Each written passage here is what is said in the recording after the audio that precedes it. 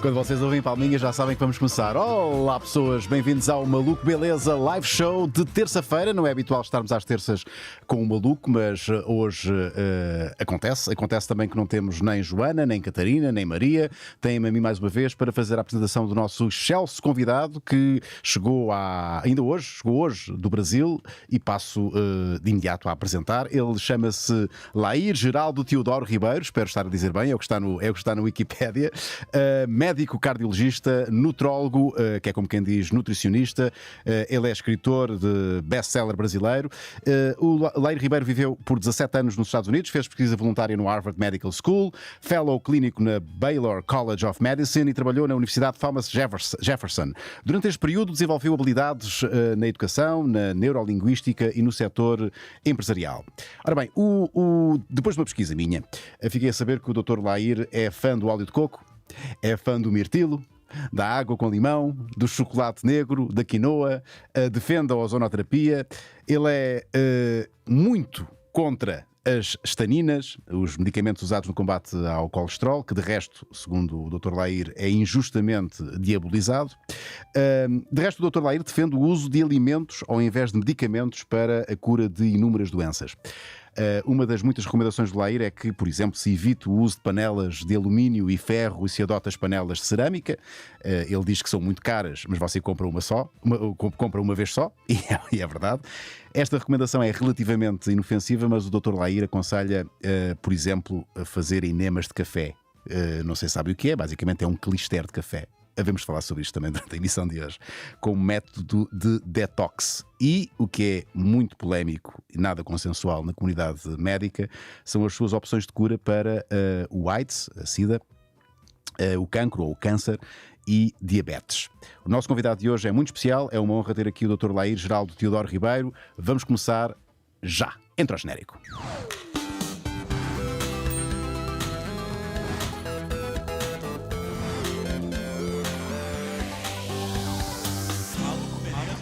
Dr. Lair, bem-vindo ao Maluco Beleza. Prazer é meu, Rui, estar aqui com você e com os seus telespectadores. Acabadinho quase de chegar do Brasil. Muito me honra a sua presença aqui. Obrigado. Estou aqui a convite do Dr. Manuel Pinto Coelho. Sim. Aliás, nós vamos já explicar o porquê não veio aqui de propósito ao Maluco Beleza, mas aproveitando a sua vinda cá para uma palestra que vai fazer, vai participar num summit. Quer falar já sobre isso e explicar mais? Podemos falar. Então. O Dr. Manuel organizou um congresso médico, que ele chama de summit, que traduzindo do inglês é o topo da montanha. Uhum. E esse congresso vão ter 3 dias de duração, 2 dias de congresso, e no terceiro dia eu estou fazendo um curso de um dia inteiro sobre hormonas. Uhum. Mais direcionado para a classe médica. Mais direcionado para a classe médica. Muito sim. bem. Sim. Ora bem, eu vou já dizer o que é que vai acontecer. Nós vamos chegar ao fim desta conversa Sim. e vamos ficar com a sensação, eu vou ficar com a sensação que ficou tudo por dizer. É. Porque há aqui um manancial de temas que é impossível nós conseguirmos abordar tudo de uma só vez, ou de uma só emissão, mas vou tentar explorar ao máximo a presença, com todo o respeito, do Dr. Lair aqui. Tenho muitas perguntas que vêm através do nosso patreon.com/ruiunas. Pessoal, sejam patronos do Maluco Beleza, aproveitem para fazer uma pergunta ao Dr. Lair se quiserem também podem fazer perguntas através do YouTube, através do Superchat. Nós estamos em direto no YouTube, em direto no Facebook e também na Twitch. Estamos na Twitch também, Marco? Confere? Ei, não estou a ouvir? Ele está a dizer que sim. Sim, não é? Estamos na Twitch, sim. Colocaste a voz e tudo. Estamos na Twitch. Portanto, sem mais delongas, vamos já começar aqui a fazer colocar aqui algumas questões. Depois outras virão assim, espontaneamente. O Steve Paixão começa já com uma provocação. É o nosso patrono que diz o seguinte: Boas, Lorde, estou agora mesmo a ver o documentário What the Health. Não sei se chegou a ver esse documentário. E a pôr em causa muita coisa. Uma pergunta simples e direta para o nosso convidado. É normal toda a nossa vida ouvirmos que o açúcar é a causa para os diabetes e afinal é a carne que é a verdadeira causa associada a esta doença? Gostava de saber a posição do Sr. Lair Ribeiro. Obrigado. Tá. Eu acho que o açúcar que vem aumentando o consumo nos últimos 100 anos é responsável por muita coisa, não é só por diabetes. É responsável, inclusive, por doenças cardiovasculares, é responsável pela hipertensão arterial na maioria das vezes, porque o açúcar, ele provoca no corpo uma coisa chamada resistência insulínica. E mesmo que a pessoa não seja diabética, dentro dos parâmetros da medicina, porque dentro dos parâmetros médicos, diabético é aquele que tem a glicose aumentada. Mas no nosso conceito que nós seguimos, uma pessoa pode ter a glicose normal, mas ela tem uma resistência insulínica, e mesmo que ela nunca foi diabética, ela pode sofrer as consequências de uma doença diabética. E quais são as consequências de uma resistência insulínica? As mais variadas, desde a pressão alta até o próprio câncer. Tá?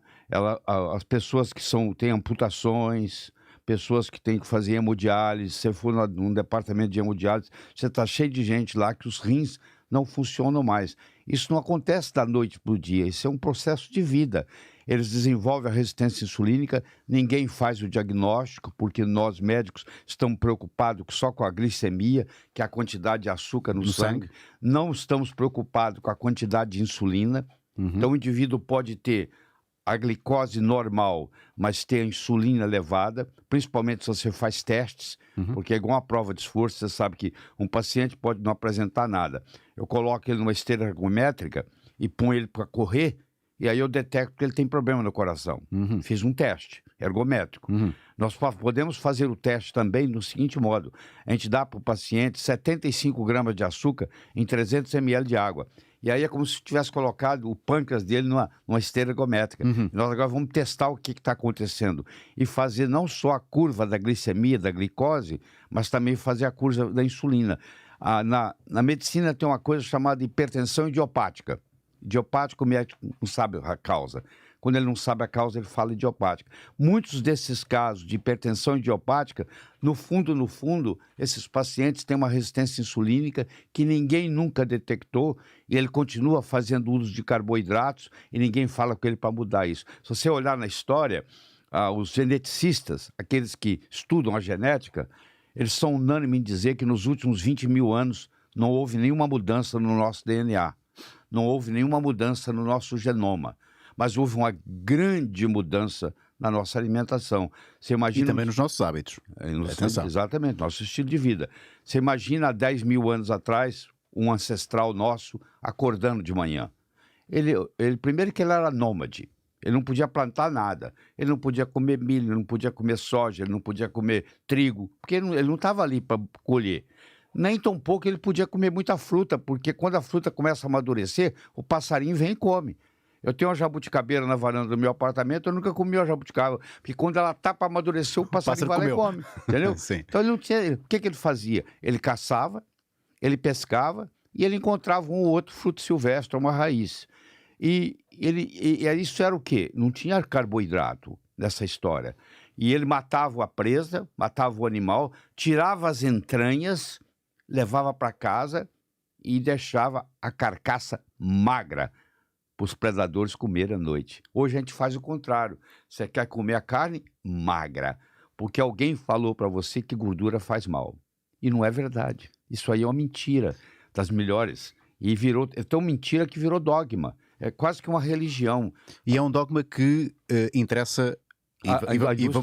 E vamos falar da indústria muitas vezes durante a nossa conversa. Eu tive a oportunidade de ser diretor médico da Merck Sharp & Dohme por 3 anos e meio nos Estados Unidos, e fui diretor executivo, cheguei a vice-presidente da Ciba Corporation, que hoje é a Novartis. 8 anos e meio da minha vida, eu convivi na indústria farmacêutica. Então eu sei muito bem o que acontece lá dentro.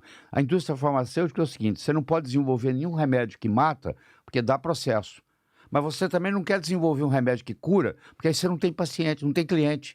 Então tem que ser um remédio que nem mata, doentes? Nem mata, nem cura. Que os mantém doentes, portanto. Que mantém doente. Essa é a grande verdade. Por isso é que chama indústria.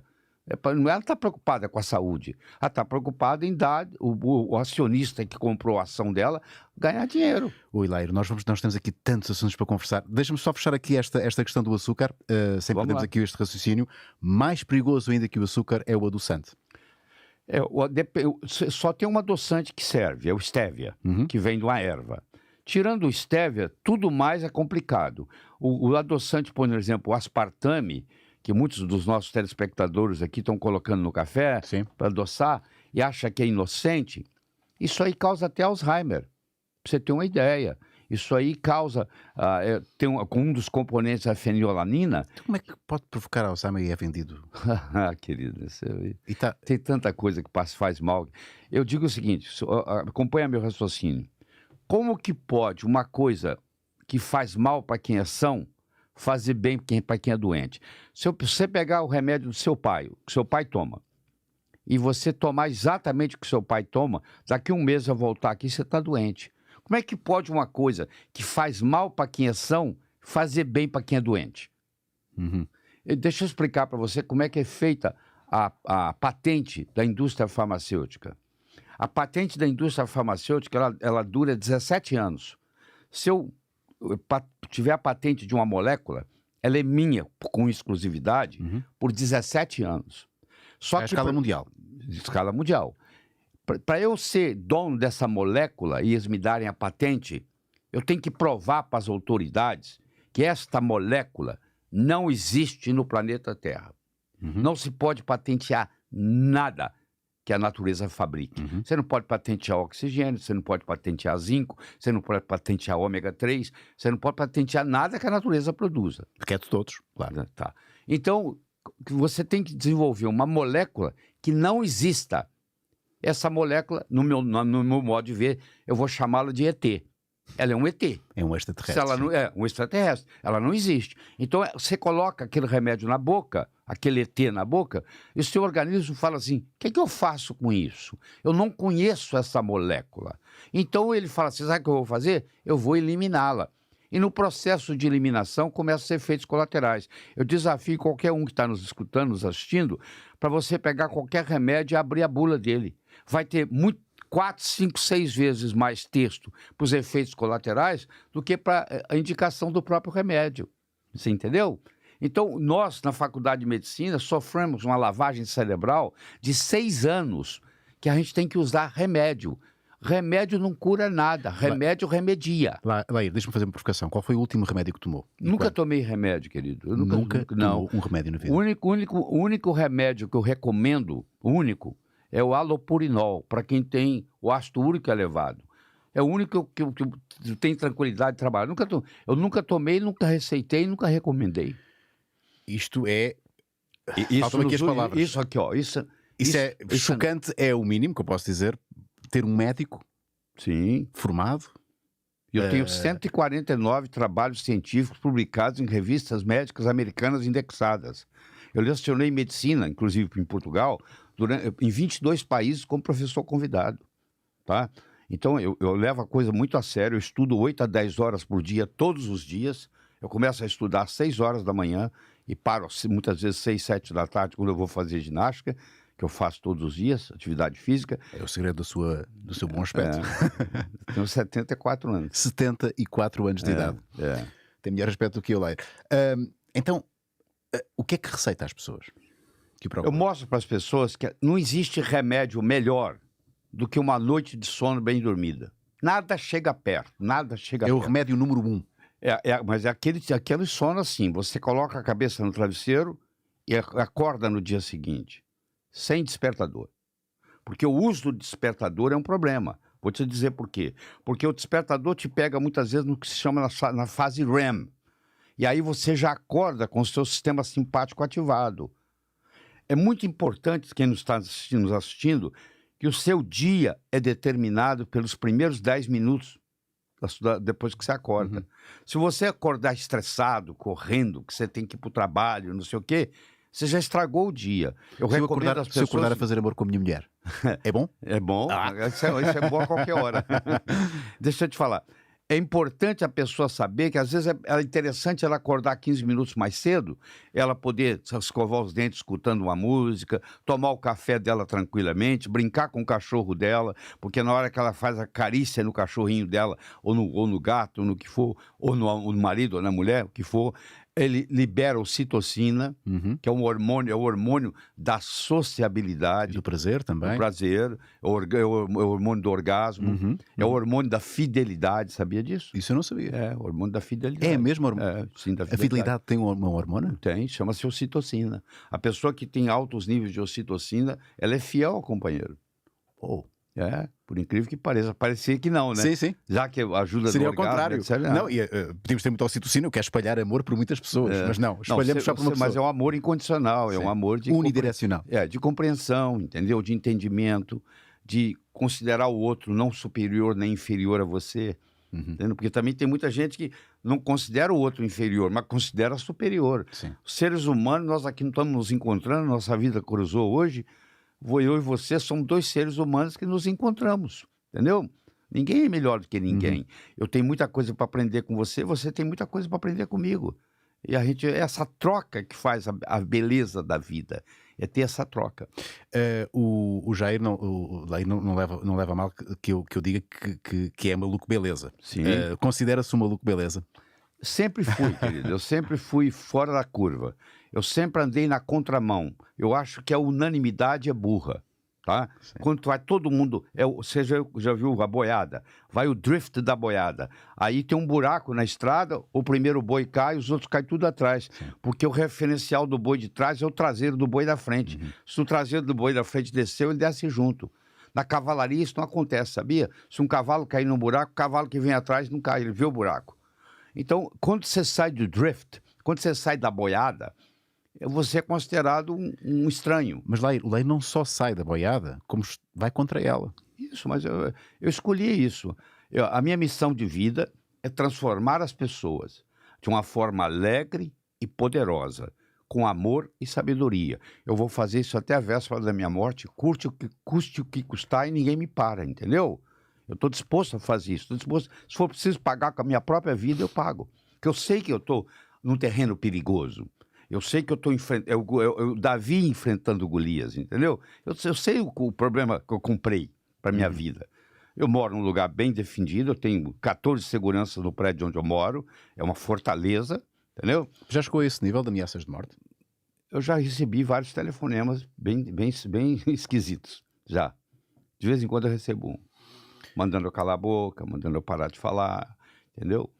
Por que você não fala outra coisa? Que senão nós vamos te incomodar. Isso eu recebo com frequência. Mas faz parte, pô. Faz parte. Foi a guerra que comprou, né? E se você não gosta do calor, não chegue perto do fogão. Porque lá tá quente.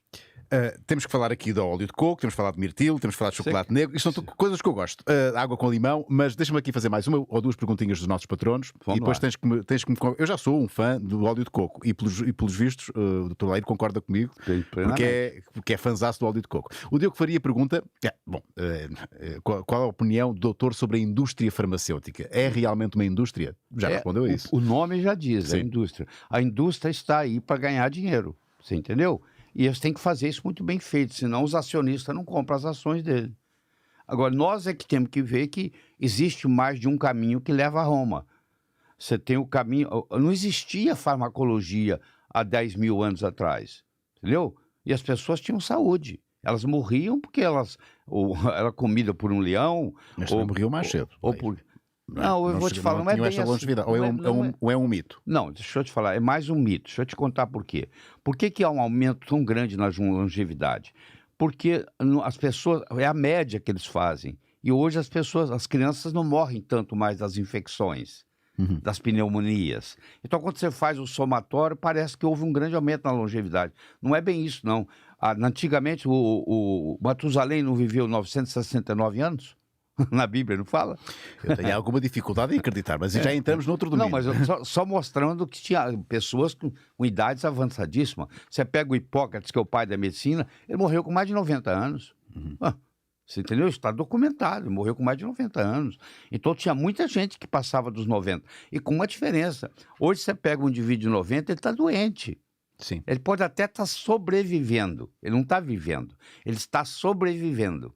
Essa é a diferença. Eu acho que nós sofremos muito com isso. A nossa sociedade está doente. Tá? Vive mais, mas pior. Vive mais, mas pior, exatamente. C3PO pergunta, grande Lair Ribeiro, valeu por ajudar a desmascarar as farmacêuticas e os donos das mesmas, os grandes banqueiros que mandam nisto tudo e nos usam como se fôssemos gado. Aposto que o Lair sabe como é criado o dinheiro pelos bancos centrais. Abraço e bem-vindo a Portugal. Isto é apenas não é propriamente uma pergunta, é apenas uma constatação. Aqui é que entramos aqui no...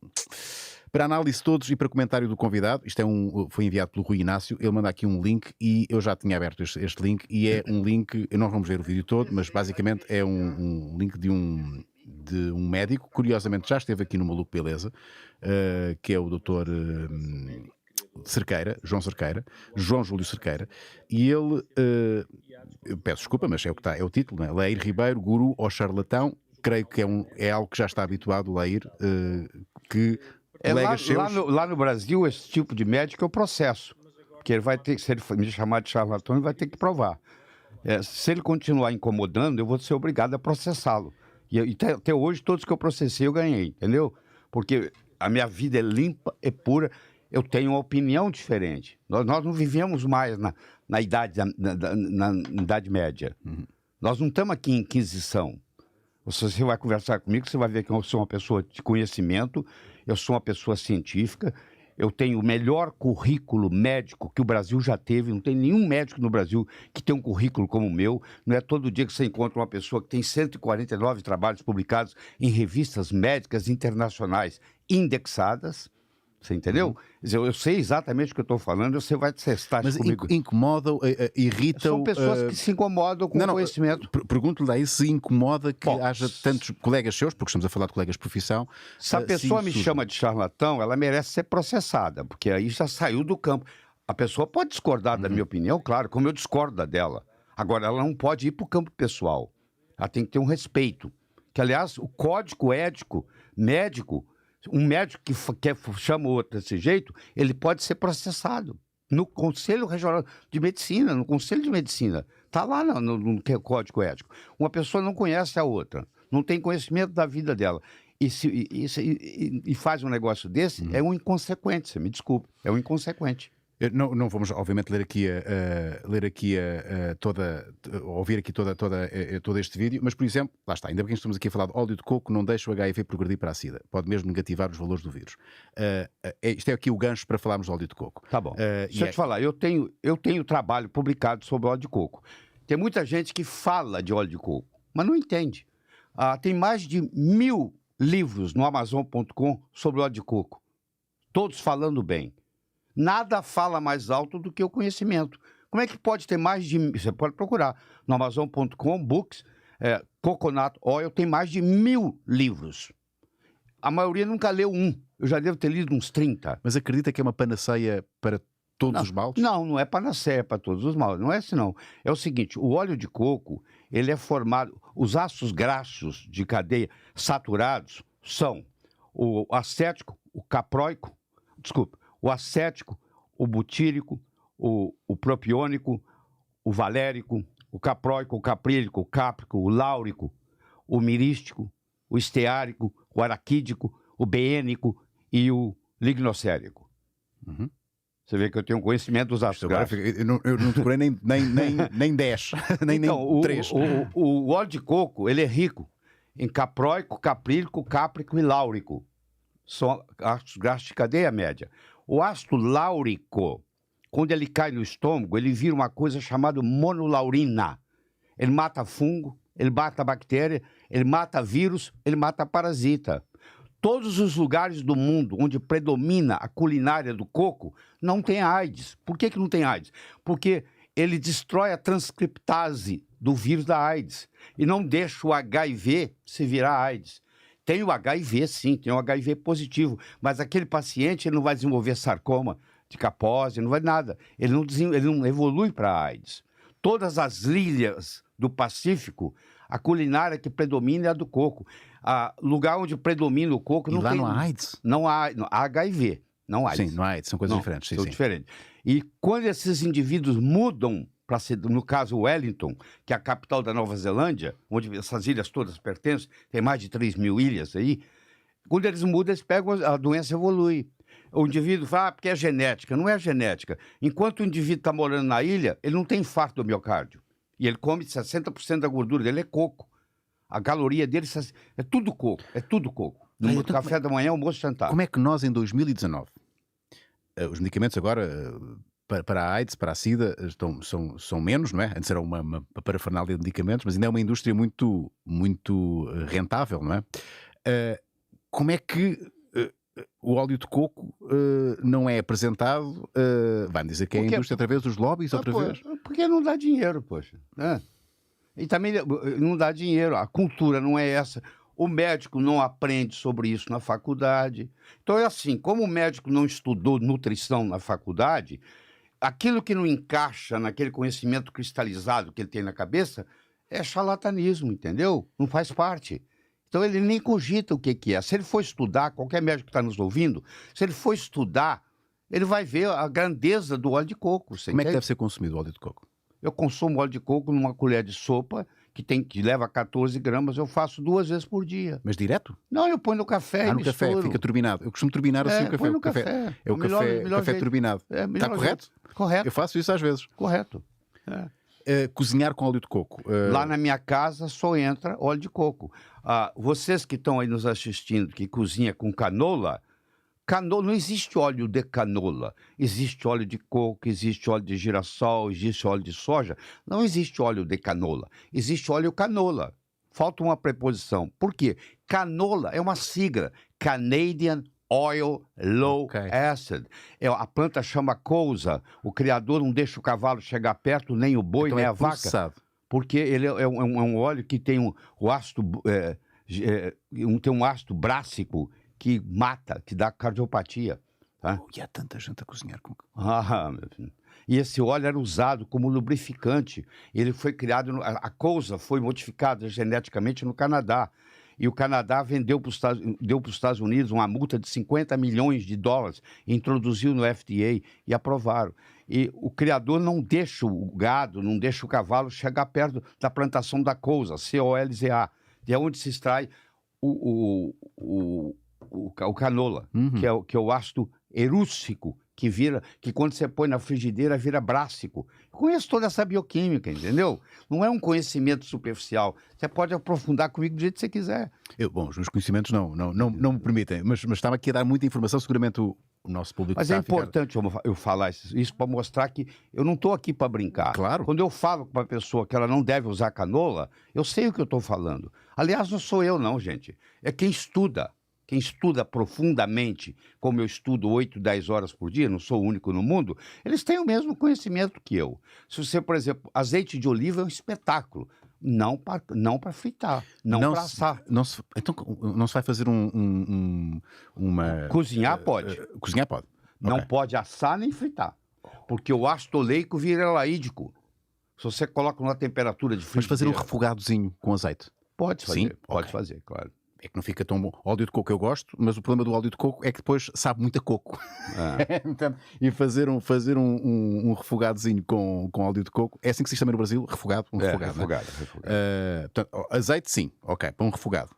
Azeite de oliva bom que tem, eu uso. Eu uso até o esporão, que é daqui de Portugal. Eu compro lá no Brasil, na nossa casa eu uso o esporão, mas eu não uso ele nem para assar, nem para fritar. Posso usar para cozinhar e posso usar cru nas saladas, entendeu? Ok, isto há tantos temas aqui, nós temos que despachar, portanto... Escolha à vontade. Marta pergunta, olá a todos, Dr. Lair. Cheira-me aqui a provocação. Consegue explicar-nos objetivamente o que são níveis de evidência e qual a sua importância na toma de decisões no âmbito da saúde?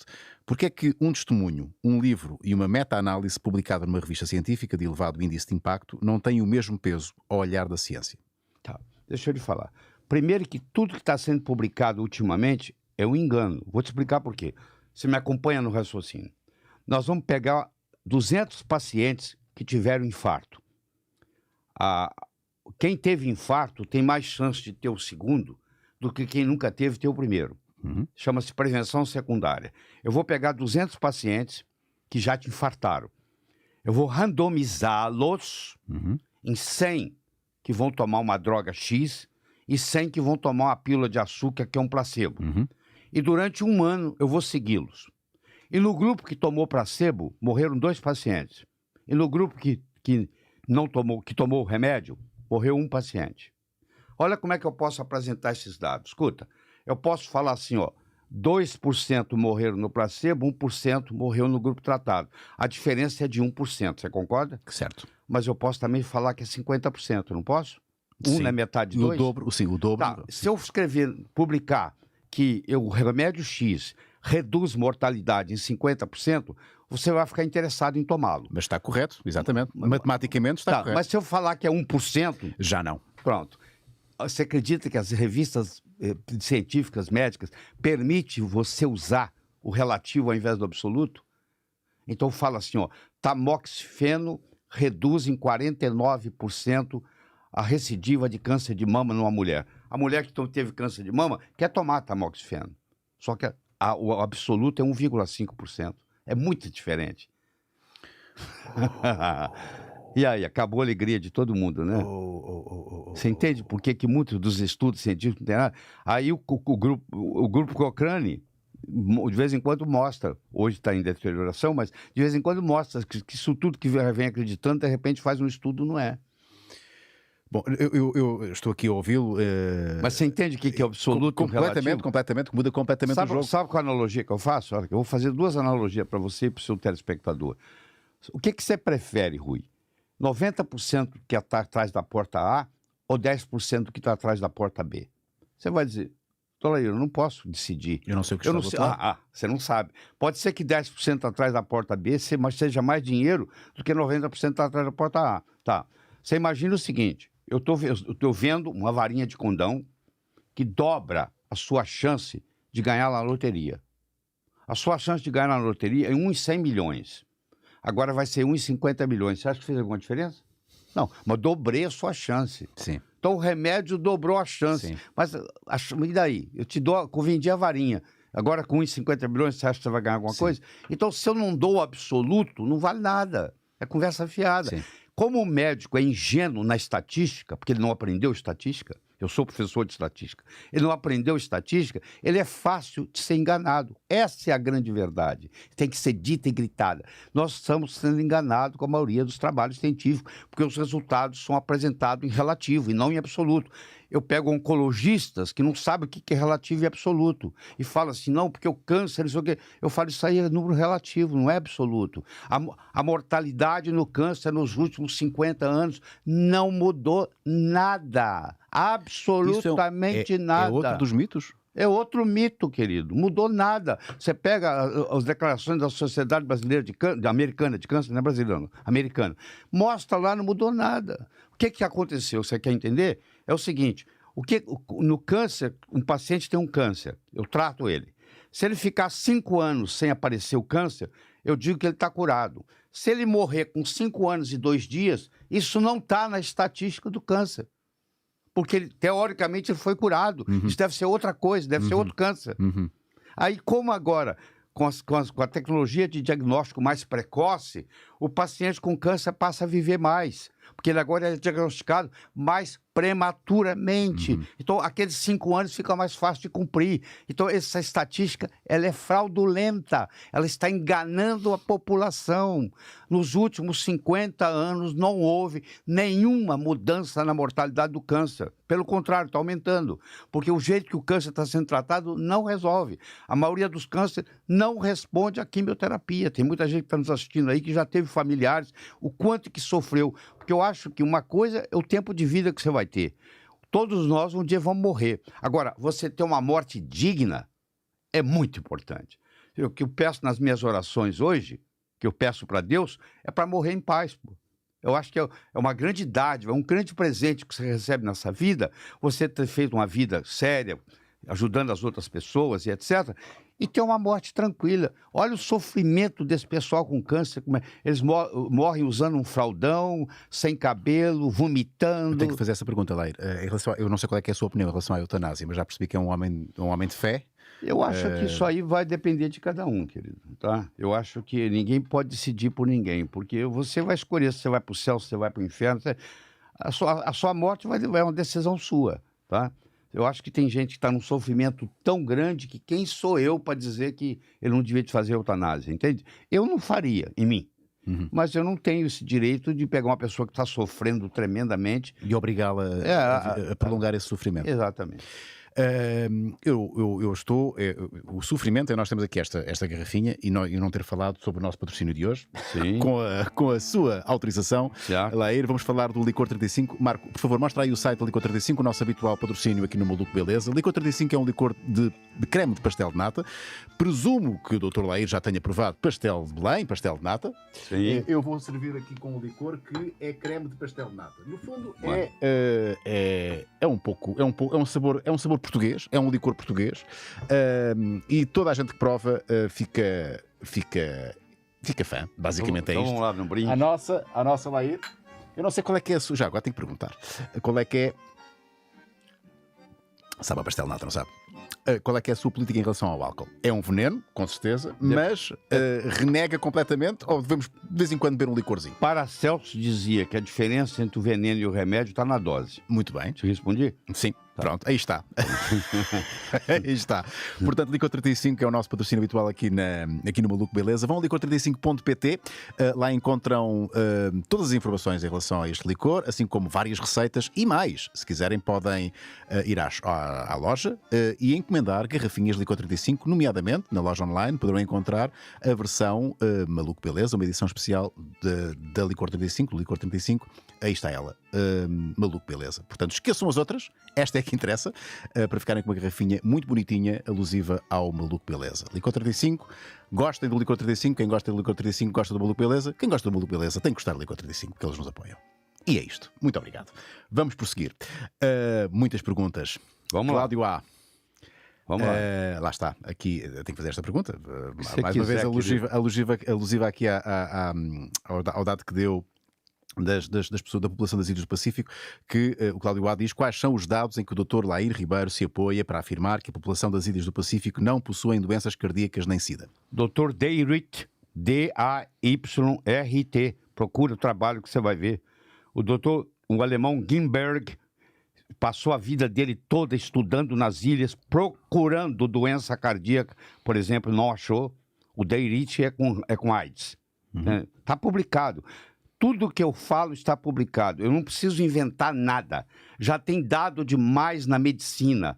Eu não tenho tempo para inventar as coisas, entendeu? Já é difícil eu guardar na cabeça do Google, né? para guardar o que precisa ser guardado. Para que eu vou inventar? Para que eu vou defender óleo de coco? Eu não vendo óleo de coco, eu não tenho nenhum relacionamento com ninguém que tem óleo de coco. Para que eu vou fazer isso? Não tenho uma marca de... Não tenho marca de nada, é porque eu sei que faz bem. E se você está em dúvida, entra no Amazon.com, digita lá, Coconut Oil, tem mais de 1000 livros. Entra no PubMed, digita lá, Coconut Oil, tem mais de 2,5 milhões de citações científicas.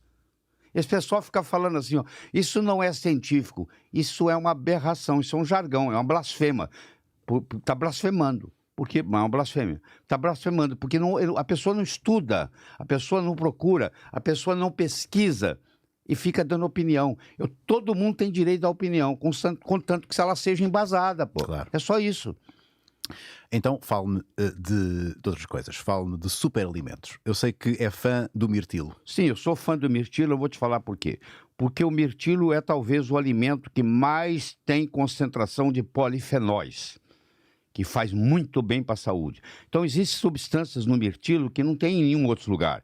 E, inclusive, na área do câncer. Os verdadeiros estudiosos do câncer, que sabem que uma pessoa para ter câncer, 3 coisas são importantes. Ó, guarda isso. É a desnutrição, é a intoxicação e é o conflito emocional. Esse é o trio. Você vai ver que uma pessoa assim, uma mulher está com câncer de mama. Você vai olhar, você fala assim, você pergunta para ela assim, o que aconteceu com você nos últimos 2 anos? Eu me separei do meu marido. Sempre vai ter um componente emocional por trás, que sozinho não faria o câncer. Mas quando você combina o que se chama efeito comitiva, quando combina isso com uma intoxicação, a pessoa tem... Hoje o alimento está contaminado, o solo está contaminado, a água está contaminada, o ar está contaminado. Nós vivemos num oceano de poluição. E o nosso sistema não consegue mais se livrar disso. Isso contribui para o câncer. E a parte nutricional. Nós estamos ingerindo alimentos, não em Portugal, que não é muito conservador, mas você vai para os Estados Unidos, por exemplo. Quer dizer, um indivíduo tomar 1 litro de Coca-Cola lá é normal, pô. Você entende? Sim. Aqui não existe essa Eu conheço cultura. alguns que bebem bastante Não, mas Coca-Cola. não é no mesmo Então, nível. onde é que entra aqui o fator genético, Leir? Quase zero, querido. Eu vou te falar. Ah, mas o meu pai teve câncer, o meu avô teve câncer. É, porque a sua família come na mesma mesa. O modo como o seu avô comia, o seu pai, sua mãe assumiu. A sua mãe faz a mesa igual a mãe dela fazia. Então, muito do que você pensa que é genético é familiar. Não é genético, é familiar. Porque pegou o mesmo costume, a hora de dormir, o que come no café da manhã. A família pegou aquele hábito. Então, dá a impressão que é genético que aconteceu na família. Mas não é genético, é epigenético. Você entendeu a diferença? Muita gente não percebe isso. Então, quando chega um paciente às suas mãos, Sim. Leir, tem algum protocolo? Deixa eu deixar bem claro, eu não tenho consultório no Brasil Não mais. faz Não, clínica? não. Eu tenho pós-graduação, eu tenho 465 médicos do mundo inteiro que vão lá, inclusive portugueses, viajam todo mês, vão uma vez por mês, ficam lá sábado, domingo comigo durante 18 meses e eu revoluciono a medicina com eles, entendeu? Então, eu não tenho consultório aberto, eu não tenho nada. É por isso que o chamam o doutor dos doutores, não é? É, por isso que eu resolvo assim, o aluno tem um problema, o médico tem um problema, não está sabendo resolver, ele me liga, ou ele me manda, e eu dou minha orientação. Dá consultas a doutores, digamos Isso, assim. sem cobrar nada. Eu não cobro nada, desde que eu voltei dos Estados Unidos, eu nunca mais cobrei nada de ninguém de medicina. Eu nunca cobrei uma consulta desde que eu voltei dos Estados Unidos. Eu faço para colegas e gratuitamente. Então, o colega me liga e fala, minha mãe está com câncer, você pode me ajudar? Posso. Posso te orientar? Pode ser, ó, eu posso te falar, tem isso, tem isso, tem isso, tem isso. Tem essa pessoa que eu conheço, tem a outra, você pode ir lá. Entendeu? Eu faço orientação gratuitamente. Eu não preciso ganhar dinheiro nesse coisa. Eu já ganhei muito dinheiro na minha vida, tá? Eu bati recorde do Guinness. É um best-seller de venda de livros, tá? Sim, sim, sim. Eu cheguei a ter os 6 dos 10 livros mais vendidos no Brasil. Eu tinha o primeiro, o segundo, o terceiro, o sétimo, o oitavo e o nono. Tá? Dos 10 livros mais vendidos no Brasil. Bom, agora, Eu tenho muito relacionados com a autoajuda, não é? 38 livros no mercado. Sabe lá o que é isso? Eu tenho 26 livros traduzidos para outros idiomas, presentes em mais de 40 países. Já fiz tudo que tinha que fazer. Sim. Certo? Eu, de certeza absoluta que o Marco está aí atento a conter-se para não fazer a sua pergunta, porque volta e meia, sempre que temos aqui alguém ligado à saúde, ele apresenta a sua. Claro. Não vamos aqui pedir para o doutor fazer uma consulta, mas tem a ver com uma doença autoimune que o Marco tem. Podemos falar de doenças crónicas e doença autoimune. No meu caso é psoríase, Tá. mas certamente que há pessoas em casa que têm. Podemos falar, claro que podemos falar. Sim. Aliás, no congresso do Manuel Pinto Coelho, o Summit, eu vou, no segundo dia de congresso, eu vou ter uma manhã inteira sobre doença autoimune. É Marcos o seu? É Marco.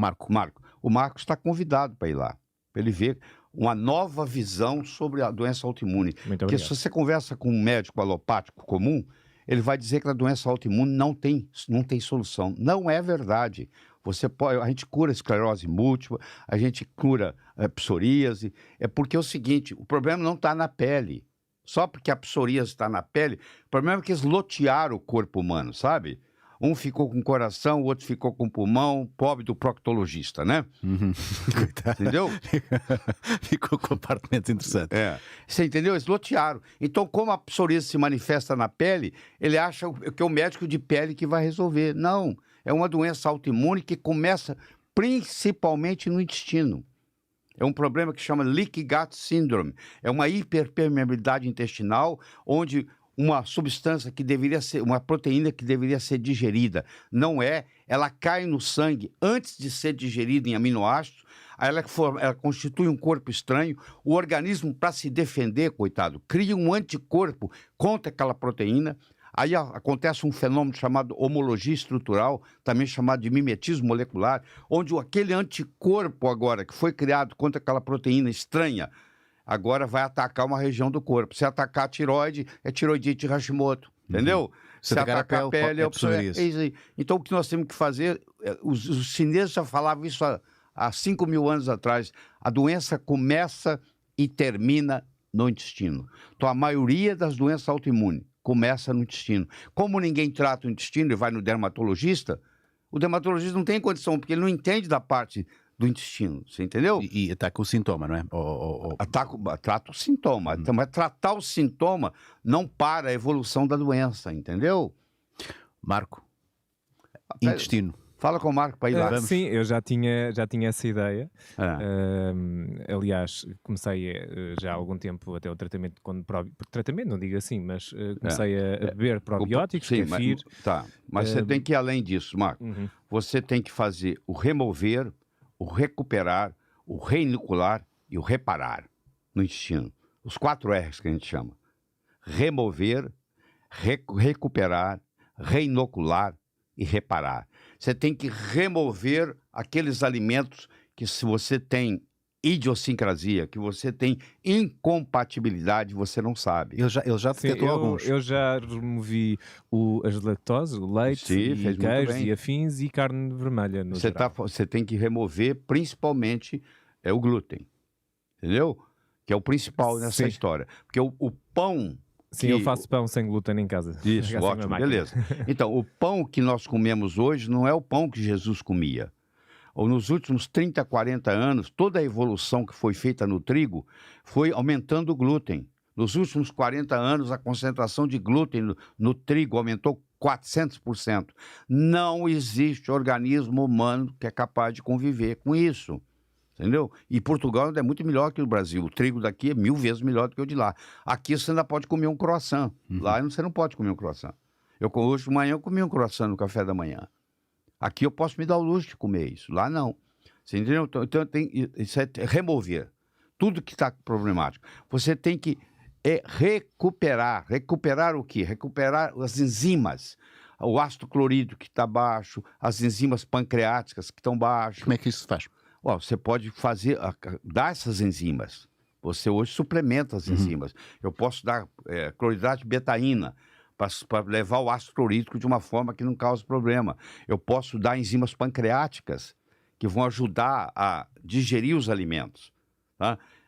Você fala assim, eu não tenho nada no intestino, porque eu vou ao banheiro 2 vezes por dia. Isso não quer dizer nada. Eu vou entrar num campo perigoso aqui. Vamos lá. Você tem algum animal de estimação? Tenho. Tem um cachorro? Não. Tenho 2 cães. Então, os seus cães, se você está dando o alimento certo para eles, quando eles terminam de fazer cocô, o ânus dele está limpo. Você não precisa ir lá com papel higiênico limpar a bundinha dele. Precisa? Certo. Não. Não, tá.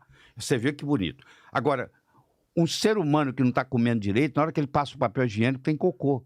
E quanto mais cocô ficar, menos... Mais doente está. Você tem que chegar a um ponto, e eu levei 5 anos para fazer isso, que você faz o cocô, quando você passa o papel higiênico, não tem nada. Aí você está perfeito, sem nenhuma desbiose. Isso é um sinal de saúde? Um sinal de saúde, sim, senhora. Um sinal de saúde. Entendeu? Você pode Temos dizer ter que aqui alguma consideração, a pelosidade... Sim. Claro que há bumbuns mais peludos do que outros, que retêm mais cocô do que outros. O seu cachorro, você não precisa ficar limpando o ânus dele. Sim. Ele termina de evacuar, o ânus dele está limpinho. É verdade. Não é verdade? Então, agora, se você começar a dar comida errada para ele começa a ter diarreia, ele vai ter que limpar. Você entende? Nunca tinha pensado nisso. Pois é, a pessoa pensa que só porque o intestino funciona está tudo certo. Não é verdade. Você tem, infelizmente, não é verdade. Então, essas doenças autoimunes, se você for, hoje tem 129 delas classificadas. A maioria tem a mesma causa. Você quer ver outra coisa interessante? Você foi dito para arrancar o siso, né? Sim. Tá. Você tirou o siso. Só que o dentista que tirou seu siso, eu não sei quem foi, ele pode não ter removido o ligamento periodontal que tem lá. Se ele não removeu, aquele lugar ali agora ficou um foco assintomático, você não sente nada. E aquele foco assintomático agora cria bactérias, cria vírus, cria um biofilme, que a gente chama. E aquilo ali começa a cair no sangue.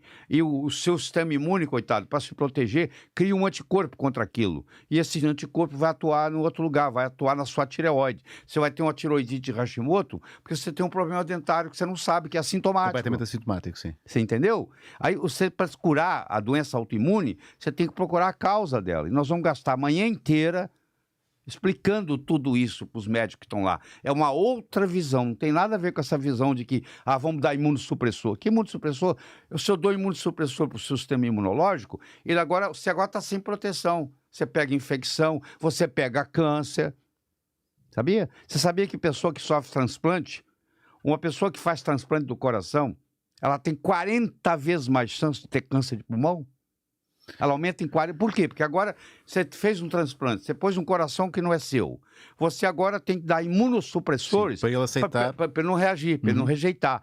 Agora, só que na hora que você dá imunossupressor, todo o seu sistema imune ficou comprometido.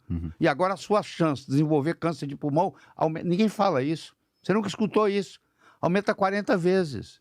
Aí a pessoa faz o transplante e acaba morrendo de câncer de pulmão. O coração está ótimo. O coração está ótimo. O pulmão está uma O transplante foi um sucesso, mas o paciente morreu.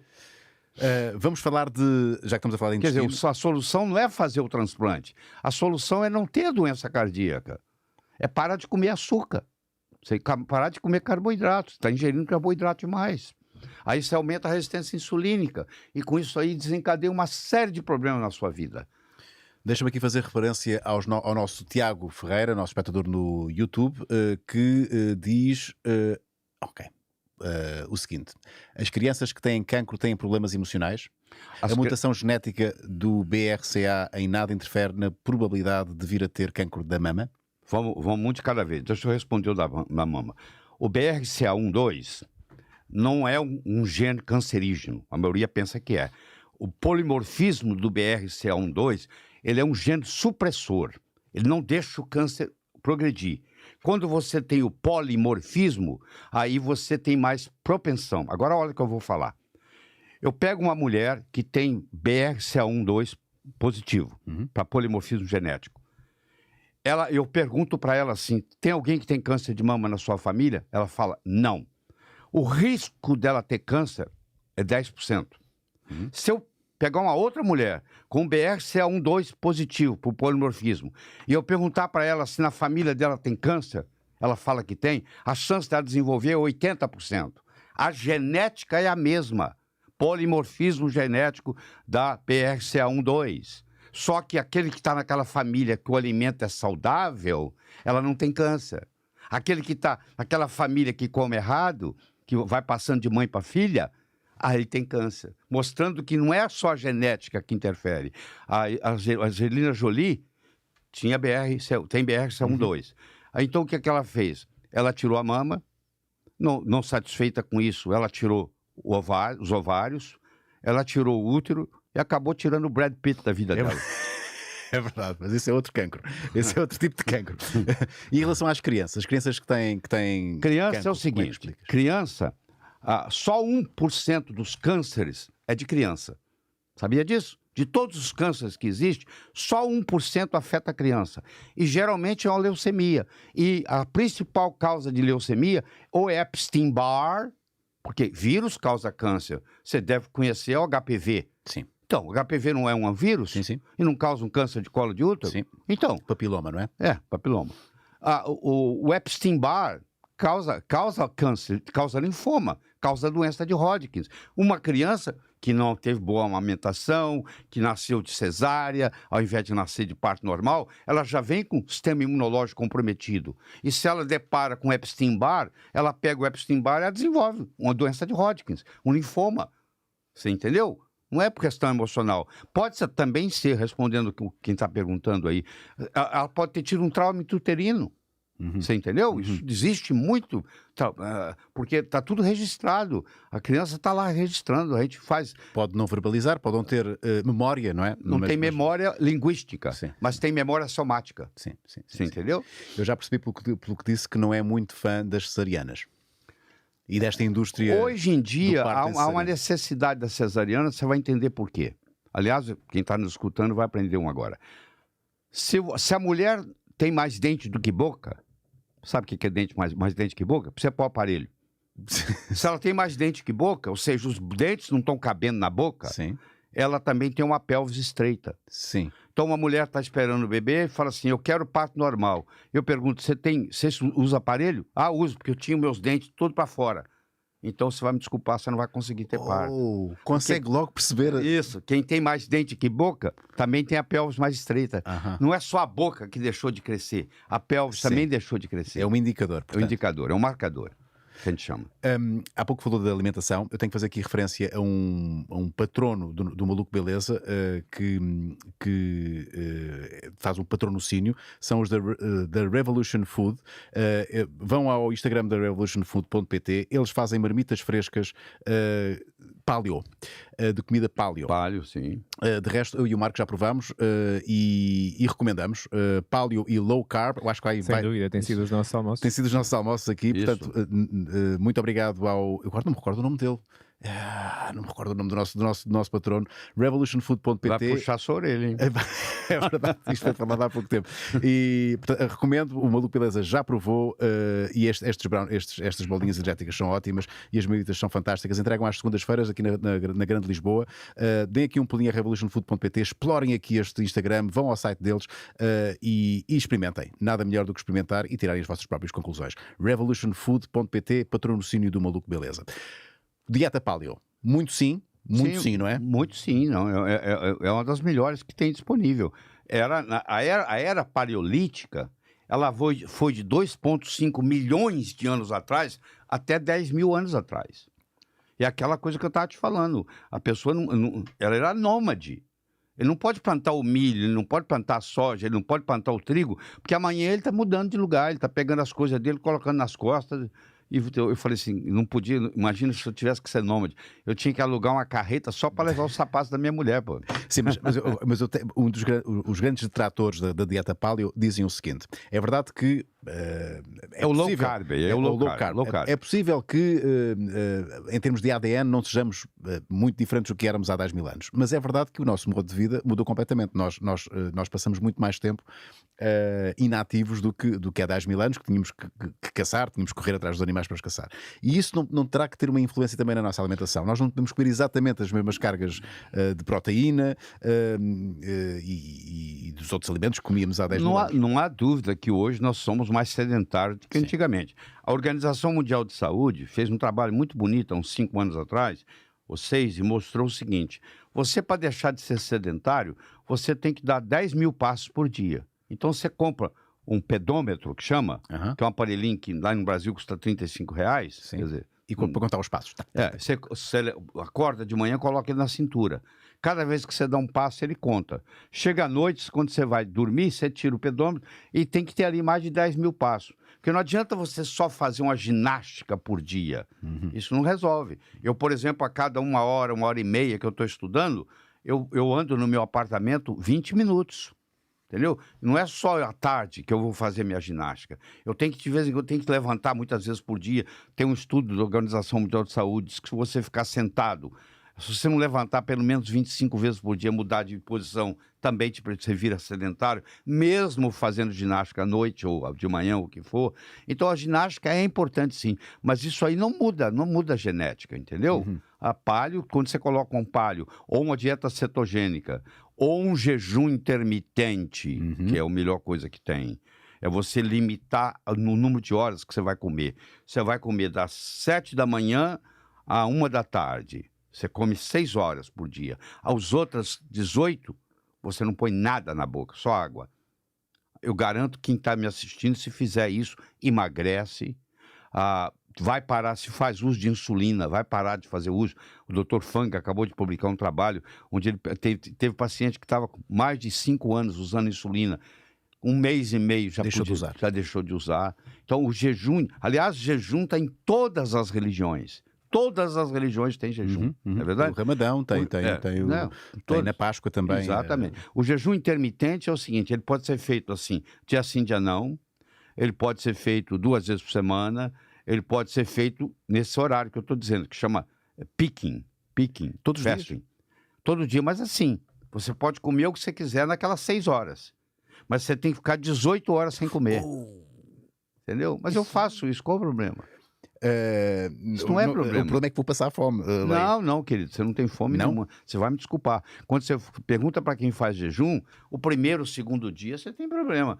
Depois você não sente absolutamente nada. Nada, absolutamente nada. Não tem fome. O Lair partilha muito das suas rotinas. Outra das suas rotinas eu sei que é água com limão. Sim, eu tomo. Nós podemos discutir aqui.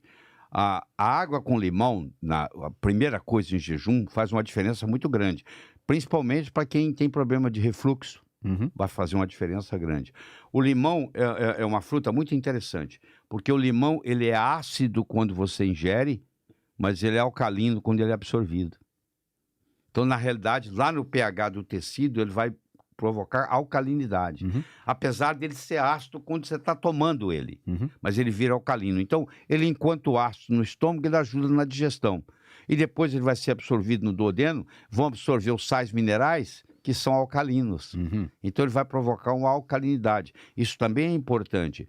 Envelhecer é ficar ácido. O recém-nascido é alcalino. O velho é ácido. Você entendeu? À medida que você envelhece, você vai perdendo... Vamos acidificando. Vamos acidificando, Isso, acidificando, exatamente. Envelhecer é acidificar. Tá bom? Então é uma prática que devemos ter, segundo o Lair, todos os dias, um copo de... Eu hoje faço 2 vezes por dia. Eu faço de manhã em jejum e à noite, quando eu estou com a minha mulher assistindo a novela, que eu sou noveleiro, no momento que a gente fica junto, eu também tomo... Aí eu tomo a água com limão morna, quente. Para mais fácil absorver? Para ser Não, porque você tira a fome. Tira a fome. Tenta para você ver. Testa. Você vai ficar impressionado. Você espreme o limão na água quente, aí depois você deixa a água ficar um pouquinho mais, para não te queimar a língua. Sim. E você toma. Quando você termina de tomar a água, o limão com a água quase quente, morna, eu posso te oferecer o prato favorito, você não quer. Não. Testa. Vou testar isso. Testa Às vezes dá uma fome aí às 11 da noite. E traz o resultado aqui, mostra isso. Tá bem, vou fazer. Se não funcionar, você fala que não funcionou. Peço o meu dinheiro de volta. Você fala que não funcionou. Lá está. Aqui o Pedro pergunta o que o doutor pensa em relação ao jejum com low / mid carb. Acabou de falar disso, justamente, não é?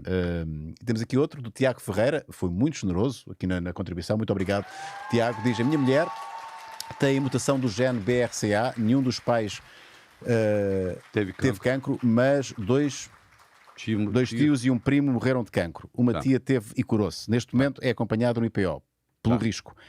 É loucura este acompanhamento, na sua opinião? Não é loucura, não. Eu acho o seguinte, que nós não somos refém da nossa hereditariedade.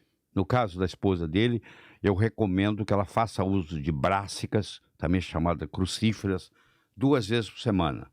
Ou repolho, ou couve-flor, ou nabo, ou brócolis. Porque esses alimentos, eles têm uma substância chamada indol 3-carbinol, que quando cai no estômago vira DIM, deindol, metano, e essa desvia o metabolismo da estrona, de 16-alfa-hidroxi para 2-hidroxistrona, e previne o câncer de mama. Então ela não precisa preocupar em tirar mama, nada disso. Ou ela faz uso das brássicas 2 vezes por semana, ou ela procura um médico que receite para ela indol 3-carbinol, que vai numa farmácia de manipulação e toma 200 mg por dia. Não há preocupação de mais nada, você entendeu? E aquela coisa que eu falei, se na família direta não tem, o risco de aumentado é muito pequeno, muito pequeno. Agora, se na família tem, o risco é maior. Claro. Celso Varão, e estamos já com... Estamos com 1 hora, não é? Estamos com 1 hora de emissão. Passa rápido, Lei. Saudações, prezados cavalheiros, na qualidade de estudante de medicina. Penso que é bem clara qual a minha opinião do trabalho do Dr. Lair ou do Dr. Pinto Coelho. O Maluco Beleza apresenta os 2 lados distintos deste tipo de questões, dando palavra a todos, e apesar da ciência não ser um exemplo de uma escolha / opinião, mas sim da verdade / evidência, dá a oportunidade que os patronos e os restantes espectadores façam uso da sua inteligência e espírito crítico para se sentirem informados e incrementarem a sua capacidade argumentativa, procurando argumentos para justificar aquilo em que acreditam e, sobretudo, para poderem contrapor aquilo que não acreditam. Está aqui uma manifestação, de um manifesto. Um manifesto inteligente. Muito inteligente. E eu também tenho uma opinião em relação a isso, que ficou até um bocadinho pendente, e se me permitem, na última conversa com Mas já agora ele faz só esta pergunta e depois o doutor há de responder. Doutor Lair, posto isto, doutor Lair, qual o seu prato português favorito? Já vai responder aí, já vai responder. Porque o Marco quer dizer qualquer coisa. Força, Marco. Aqui a questão da ciência, e é uma questão que eu tenho mesmo verdadeiramente. Até que ponto é que um estudo científico portanto, definido, ou que conclusão que percentagem de pessoas têm que ter um resultado positivo para o estudo científico ser conclusivo? Válido, não é? Válido, exato. É. Ou seja, se fizerem em 100 pessoas, se 50 delas não tiver resultado, o estudo é verdade? Tá certo, entendi sua pergunta. Foi um bocado atrapalhada, me peço desculpa, mas... Não, tá certo. Para validar, tem que comparar com placebo, tá bom? O placebo per se dá um resultado de aproximadamente 30%. Então, se eu pegar uma pílula de açúcar e der para alguém e falar que é um remédio muito bom, 30% vão responder. Você vê o poder do efeito placebo. Uhum. E também existe o poder do efeito nocebo. Sabe o que é nocebo? Que é exatamente o contrário, algo que faz mal e que O médico fala assim, isso, sua doença não tem jeito não. ok. Ele é o efeito nocebo. Ele tá sacrificando a Sim. esperança daquele. Está desmoralizando. Você pode viver sem tudo, você não pode viver sem esperança. Sem tá? fé, sim. Não tem jeito. Então, o médico tem essa responsabilidade de procurar produzir placebo. Mas se eu fizer um estudo e não tiver placebo, não vai ter validade científica. Eu tenho que comparar contra placebo. Sempre. Uhum. Agora, olha a piada. O único lugar onde eles não comparam com placebo é na oncologia, é no câncer. Com a seguinte desculpa, de que o câncer é uma doença tão séria que o paciente não pode tomar placebo. Engraçado, a doença cardiovascular, Rui, mata mais do que o câncer. E lá tem placebo. Eu acho que isso é uma desculpa. Então você imagina uma droga nova que vai entrar no mercado, ela tinha que ser comparada contra placebo, você concorda? Claro. Tá, mas aí eles falam, não pode porque câncer é uma doença muito séria e não pode comparar com placebo. Vamos comparar com outra droga. Aí mostra que é igual. Como a outra droga já está no mercado, essa também vai entrar. Uhum. E vai se acumulando. Vai se acumulando. Você viu a piada? Como é que é? Você entendeu? Sim. Quer dizer, isso é um absurdo, pô. Você não usar placebo para aprovação de uma droga oncológica. Desconhecia por completo. Muitas coisas são desconhecidas para nós médicos, porque nós médicos entendemos muito pouco de matemática. Eu fui professor de matemática desde os 12 anos de idade e de estatística. Quando eu cheguei em Harvard, eu passei 3 anos trabalhando em Harvard, eu publiquei 15 trabalhos lá durante o período que eu estava lá, no Peter Ben Brigham, hoje chama Brigham Women's Hospital, em Boston, Massachusetts. O meu chefe lá que me recebeu, ele disse, a primeira coisa que você tem que fazer, porque os médicos que chegam do Brasil aqui não sabem nada, é estatística. Aqui estão os livros, aqui está o professor que você vai poder consultar. Eu passei os primeiros 2 meses aprendendo estatística. Tudo menos medicina. Porque ele falou, você não pode fazer pesquisa e publicar se você não entende estatística. Porque na faculdade de medicina, geralmente é convidado alguém para dar uma aulinha, um quebra-galho sobre estatística. Então, os médicos, eu diria que 100%, tá?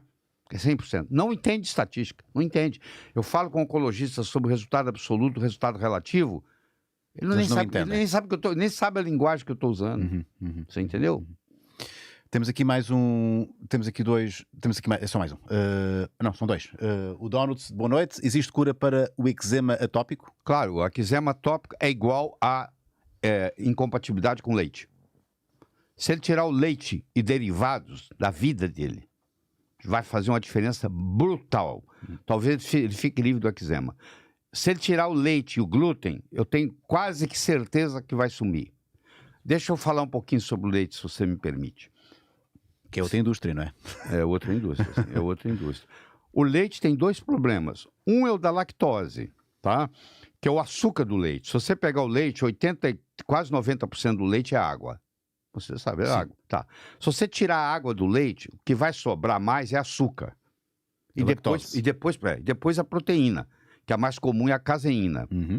Só que eu tenho 2 tipos de caseína no leite. Eu tenho a caseína 1 e a caseína 2. Isso aconteceu há mais ou menos 10 mil anos atrás.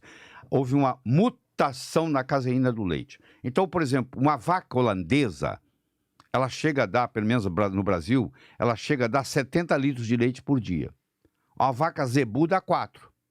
Agora eu te pergunto, você é produtor de leite, qual tipo de vaca que você vai ter no seu curral? Produz mais, como é lógico. Claro, tá bom. Então, só que a vaca holandesa, que dá 70 litros, a caseína dela é A1 e a da zebu é A2.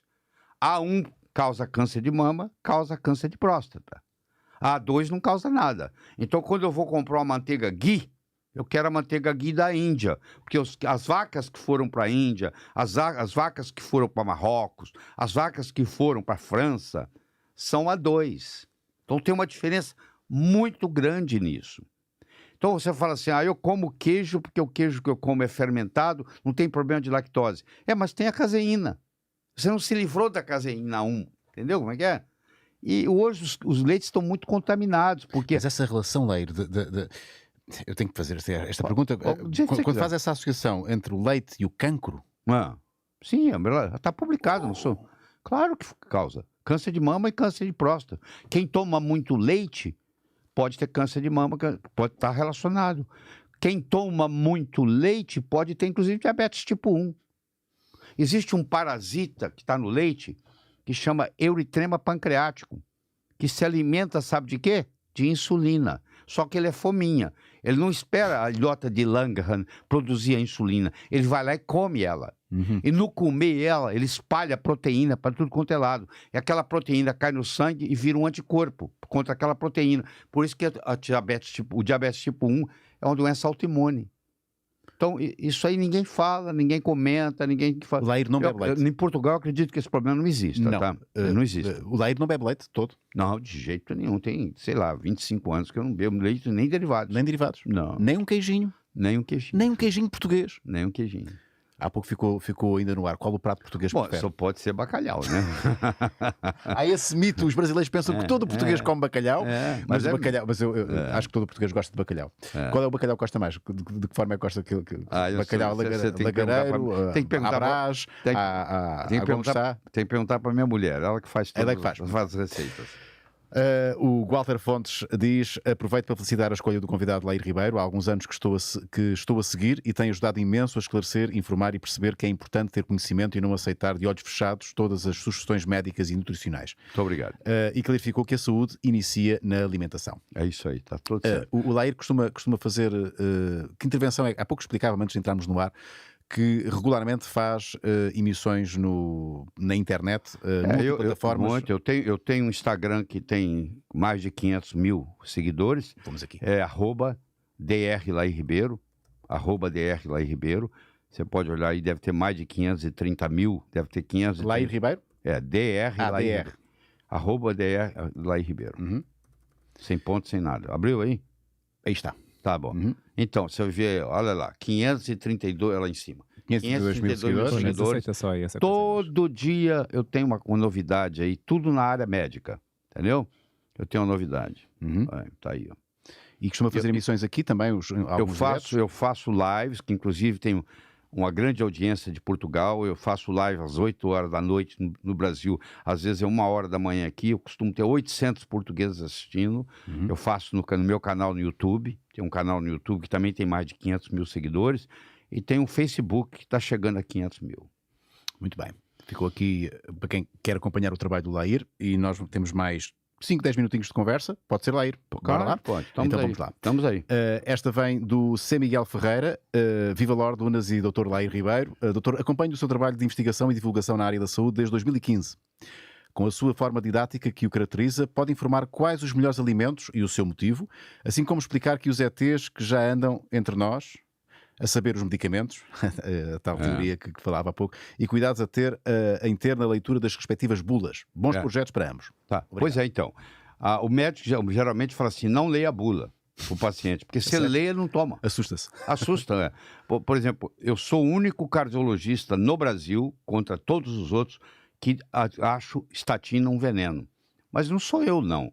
Os estudiosos acham estatina um veneno. Agora, olha a piada. Sabe quem lançou estatina no mundo? Você está conversando com ele. Não. Eu era diretor médico da Merck Sharp and Dohme. Os Estados Unidos foi o primeiro país no mundo a lançar estatina. A Merck foi a primeira empresa. Já agora, vamos esclarecer o nosso público. Estatinas são os medicamentos utilizados para baixar o colesterol. Então, e a Lovastatina, o Mevacor, eu participei de todo o desenvolvimento. Lançado no mercado, começaram os efeitos colaterais. Foi por isso que eu aprendi logo em seguida. Que são, já agora? Querido, são o seguinte. Primeira pessoa, você que está aí tomando estatina, sabe o que eu vou falar. Primeiro, ele tem uma fadiga, ele tem um cansaço, a memória dele acaba, a libido vai embora, ele começa a ter uma dor muscular, dói aqui, a idade do condor, sabe? Dói para tudo quanto é lugar. Condor. Entendeu? E tem um formigamento nas extremidades. Bolas, prefiro ter colesterol alto do que ter essa doença toda. Mas colesterol é mocinho, querido. Colesterol não é bandido. Sim. Seria uma sacanagem cósmica se colesterol fosse bandido, porque o colesterol ele está em todas as membranas de todas as células do seu Nomeadamente corpo. aqui em cima, não é? 25% do seu colesterol está no seu cérebro.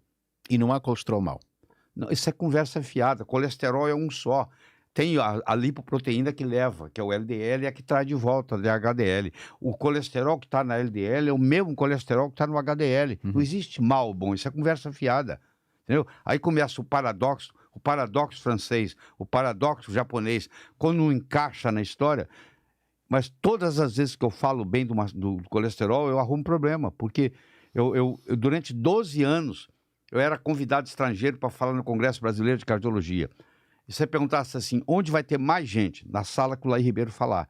Aí eu tinha 12 anos que eu dava aula no Congresso, vindo dos Estados Unidos, tudo pago. Aí eu falei, acho que em 12 anos eu tenho direito de falar. Primeira vez que eu falei que era colesterol era mocinho, meus amigos me chamaram e falaram, nós não podemos trazer nunca mais. Acabou. Porque eles falaram que se trouxer vocês, não compram o stand. E eles que patrocinam o Congresso. Com 62 anos de idade, há 12 anos atrás, eu resolvi ser nutrólogo. Porque eu sempre ensinei nutrição e eu era criticado pelos colegas. Pô, você é um cardiologista, porque no Brasil tem a especialidade médica, que é diferente de nutricionista. Sim. É nutrólogo. Ah, ok. Que é o médico que faz okay. Tá? Então, eu com 62 anos fui lá e fiz, inclusive tirei primeiro lugar. Aí, também falava no Congresso de Nutrologia. Falei, eu vou falar do colesterol, que o colesterol é mocinho. Também nunca mais me chamaram. Então eu vou ficar falando isso até a véspera da minha morte. É o que tem trazido mais amargos de boca a muita gente, é essa sua luta contra a diabolização do colesterol. É o que tem tido mais Você acredita que eu tomo esqualeno? Sabe para quê? Não sei o quê. Nem sei o quê. Esqualeno é um produto que na cascata do colesterol, sim, antes do colesterol tem o esqualeno, que tem uma ação anticâncer. Sim. Quem tem colesterol baixo tem mais predisposição a câncer. Eu tomo esqualeno, sabe para quê? Aumentar o colesterol.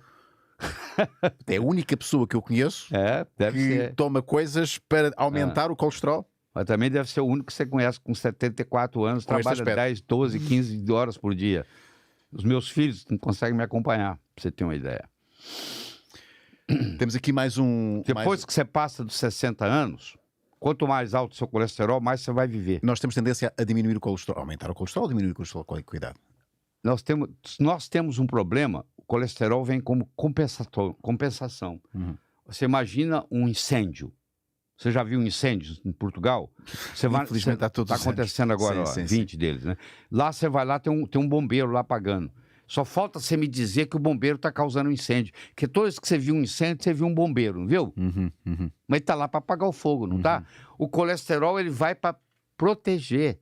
Ele foi pego na cena do crime e eles algemaram ele. Okay. O Dr. Manuel Pinto Coelho tem um livro muito bom, que eu recomendo, sobre colesterol. Magnífico, tá? Muito bom.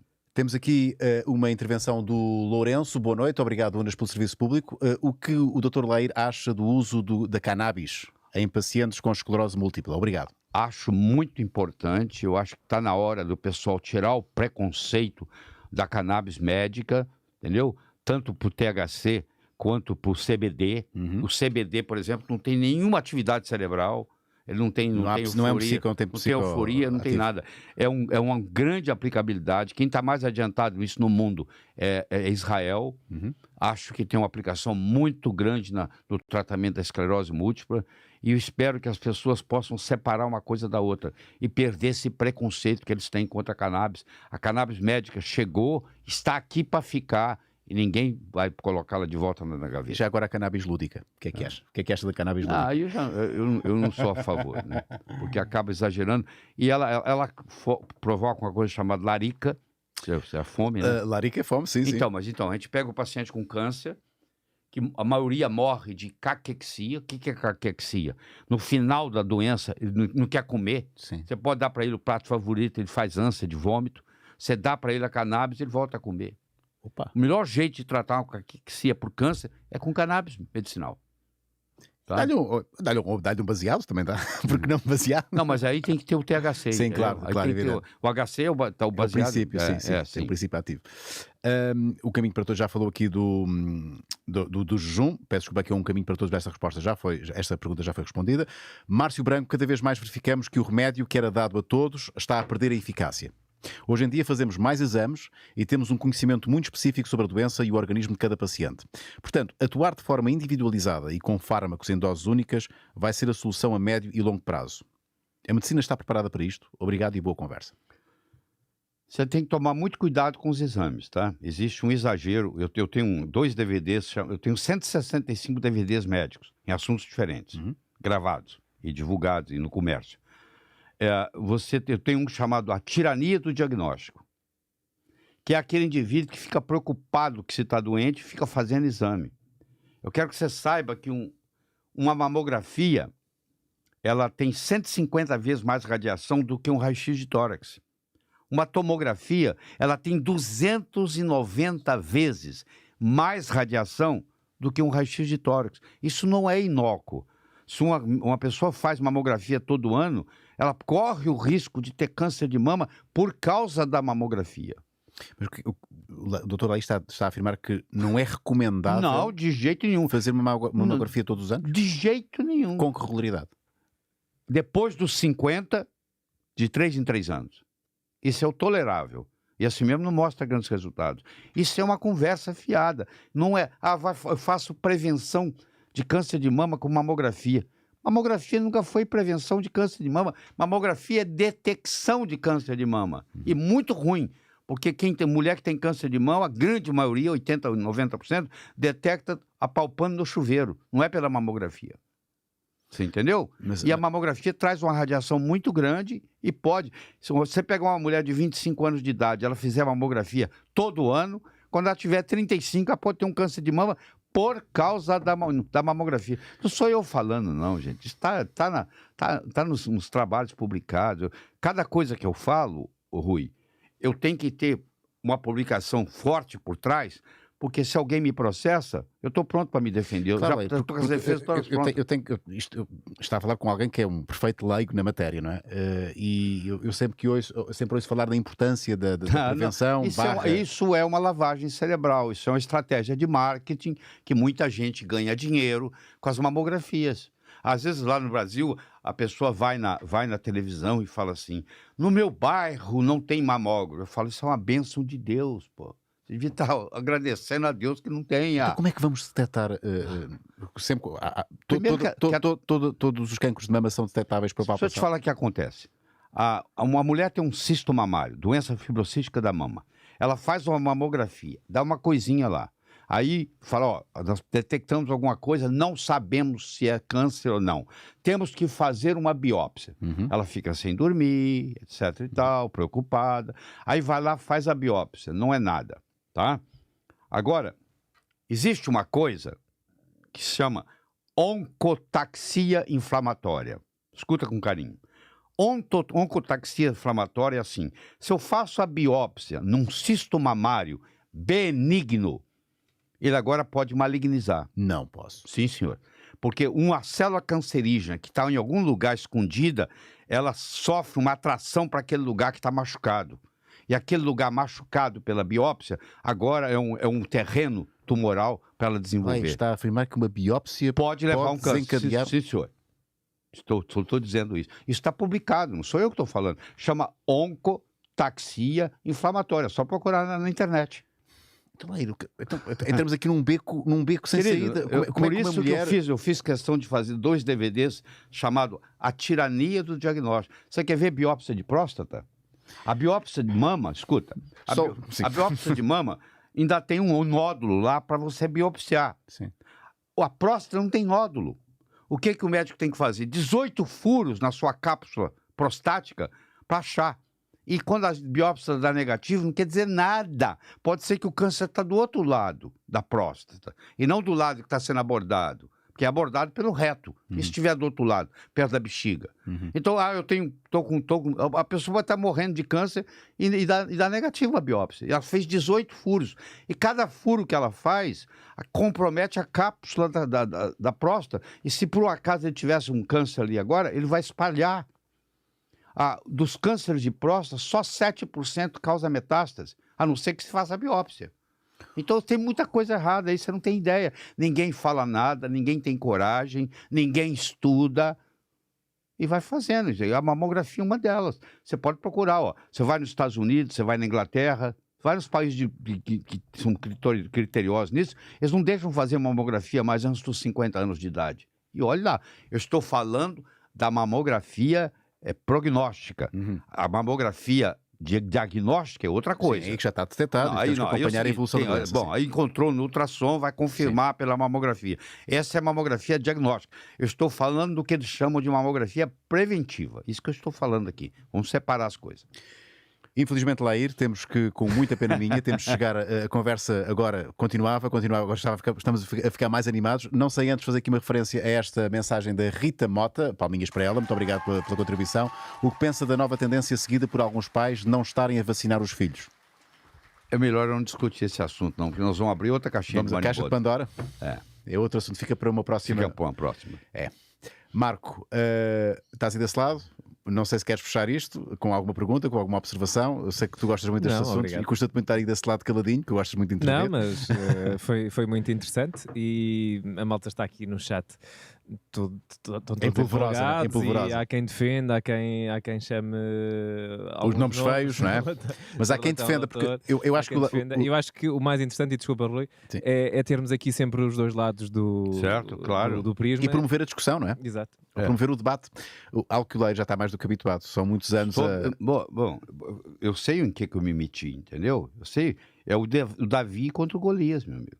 É isso aí, eu estou ciente disso. E ninguém vai me calar. Eu venho e falo. A pessoa que está assistindo, ela tem que fazer o dever de casa dela. Eu recomendo ela. Hoje, o conhecimento está democratizado. Antes, você queria ter um acesso a um livro de medicina, você tinha que ser acadêmico de medicina e lá na escola o vendedor ia vender para você, senão você não compraria. Hoje você entra no Amazon.com, você tem milhares e milhares e milhares e milhares de livros médicos. Hoje o conhecimento, a informação está democratizada. Aquele glamour que só o médico sabe, acabou. O médico hoje tem que ter o paciente dele como parceiro. Eu espero que o paciente saiba mais do que o médico. O médico tem que pôr o paciente para trabalhar para ele. Ó, você tem tireoidite Hashimoto? Por que você não faz uma pesquisa e me surpreende, me ensina? Mas não há então o médico, ao invés de ficar brigando e dizendo, eu sou o médico aqui, eu que mando. Isso acabou, isso não existe mais não. Isso é obsoleto. O médico tem que ter o paciente como parceiro dele. E aprender com o paciente hoje. Que, aliás, não é paciente. Ficou impaciente e se tornou um cliente exigente. Tá bom? Sim. Fala, Marco. Pode não haver, não há um risco das pessoas irem para a internet e encontrarem informações incorretas e por vezes poderem prejudicar a sua saúde com essas mesmas informações? O que você acha da gente parar de produzir carro porque pode ter acidente? Eu não sou contra. Você dizer assim para mim, não podemos produzir mais carro porque tem gente que perra o carro e atropela o outro. Há sempre efeitos colaterais, não é? Há sempre claro, um lado... claro que tem. Esse risco existe, mas isso não justifica não ir na informação. Sim. Tá certo? Lair, muito obrigado. É mais ou menos assim, ó. Por que a gente não corta as árvores na floresta amazônica? Aí não tem incêndio. Cortaram mal pela raiz. Lair, muito obrigado pela tua vinda cá. Tá bom, espero que corra muito bem essa tua presença aqui em Portugal, no tal Summit, que vai começar... vai ser um grande sucesso, vai começar no dia 29, vai ser dia 29 e 30, sexta e sábado. Sábado eu vou ter a oportunidade de manhã de falar durante 2 horas sobre doença autoimune. Isso é aberto à população em geral, portanto não é só para médicos? É feito para profissionais de saúde. Profissionais de saúde, ok. E à tarde tem uma mesa redonda que o doutor Manuel Pinto Coelho está junto. E no domingo eu estou dando um curso de um dia inteiro sobre hormonas. Muito bem, Lair. Tá bom? Muito obrigado. Foi um Nós prazer que muito grande agradecemos. estar a conversar Parabéns contigo. pelo seu programa. Muito obrigado. Parabéns pelas perguntas. Muito obrigado. Tá bom? Agradeço também a todos os patronos que fizeram perguntas. Lamento não conseguir fazê-las todas, mas vocês já sabem que o tempo é limitado e não podemos estar aqui 2 horas. Já tivemos, mas hoje vamos ficar pela 1h30. Marco, muito obrigado pela tua segurança aí no controle da O Marco emissão. está convidado para ir lá, né? O Marco eu acho que o Marco vai querer muito assistir a essa mesmo. palestra. Muito quero. Tá bom. Voltamos na próxima quarta-feira, que é já amanhã, para mais um live show. Vou anunciar o convidado que vai ser surpreendente daqui a pouco no Patreon. Portanto, os patronos no patreon.com/Rui Unas serão os primeiros a saber quem é o convidado amanhã. E é isto. Agora olhamos ali para o meio e fazemos adeus. Ok. Tchauzinho. Tchau.